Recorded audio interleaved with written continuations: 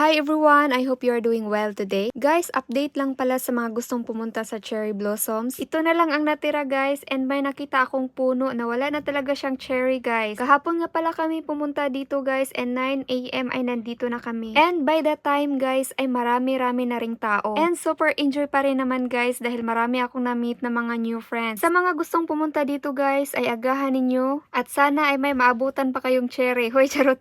Guys, dito nga pala kami nag-start sa Tongchong MTR Station Exit B. Paglabas ng MTR Exit B ay lakad lang ng straight at makikita ninyo ang bus terminal at hanapin ang bus S1.